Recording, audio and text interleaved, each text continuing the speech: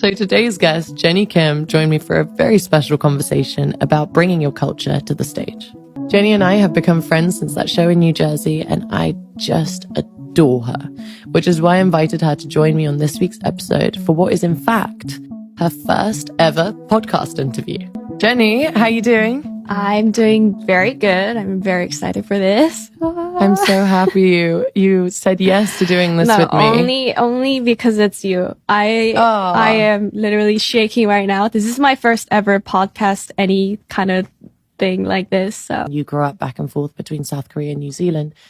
How do you think you were able to navigate both worlds at such a young age? Like, did you feel like you struggled to fit in? Like, were you able to, have that really kind of authentic experience in both places and make that work for you? When it comes to the adapting part, I really want to thank my mom in this. I feel like I should explain this too. So my name is Jennie in Korean too, which is very rare because I don't have a separate Korean name. Jennie is an English name that's just written in Korean. So now that I think back, I think my mom always had this wish that I would experience not just my culture and my country back home, but also like travel the world and be that person who's free everywhere I go. Like when I was in my kindergarten, like when I was 7, 8, that's when my mom always taught me about how big the world is and that it's not just where I am right now, but that whole world is like so big. It goes around. Yeah. Yeah. So, my mom always wanted me to have that in my life. And luckily, I was just able to enjoy what was in front of my eyes, I think. And I was lucky enough to meet great friends when I was in New Zealand who introduced me to their world. And I think it was a blessing that I had, if I look back at it. That's really amazing. I mean, it's cool because I guess in some way your mum just kind of envisioned you having a life, not just in Korea, but all over the world. No, definitely.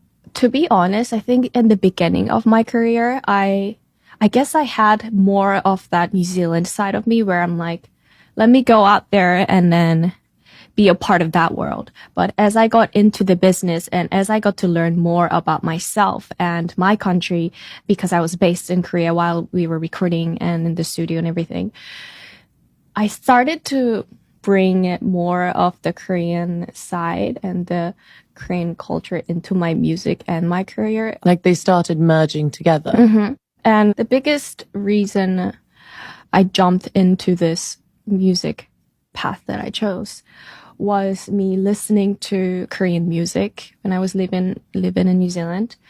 And I dreamt of bringing Korean music to bigger world because I was also living in a world where I was in between the two cultures and I saw it happen. Like I really wanted to see it happen in the future. And also I wanted to play the part because I feel like I was able to do that with the language barrier and with the lifestyle that I have lived in the past. I wanted to rewind back to the beginning of Blackpink, if you'll let me. And I'm so fascinated by the K-pop trainee system, which you just talked about. And I understand like it's a really regimented and rigorous training program where you learn a lot, not just about music and dance, but also about language and media and the way you present yourself to the world. And as you went through training, how were you able to maintain your own identity throughout this? I've actually never really broken down how I did it, but the people who knew the importance of keeping their own identity and character within the training system are the people that are in the group right now. Like a lot of people got lost in the way because we were so focused to satisfy the people that we were working with, but we weren't sure who we were doing it for and how it can identify us in the future because it's literally years of training. It's not just a couple of hours. So you get really drawn into the lifestyle that they put us in.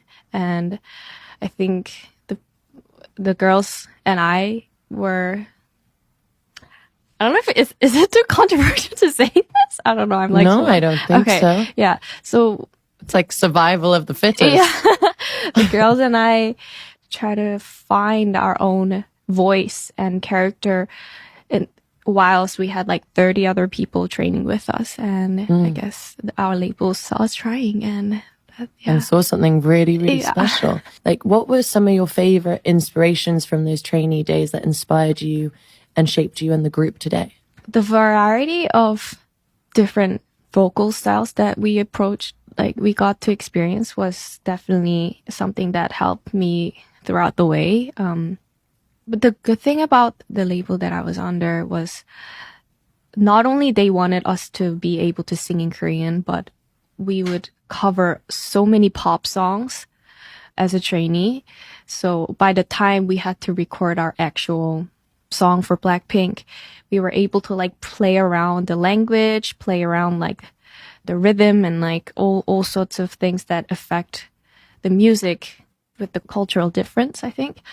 And like some of the things, I don't know which influenced me the most, but some of the things that I struggled the most that I could tell you right now. Does that work too? Yeah, of course. We did a lot of like crumping and like popping, like as a genre of dance. And let me tell you this, I am not the best crumper and popping person in the world.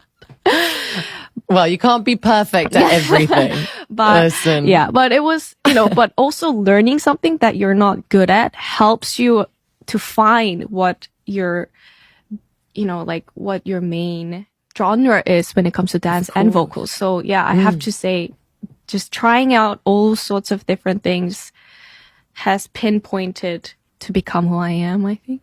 Yeah. I mean, you put it so beautifully, and I think that's really important for everyone listening, is to know that it's okay to try things, and even if you're not good at them, it will lead you to the place where you're evidently supposed to be. That's what I wanted to say right now.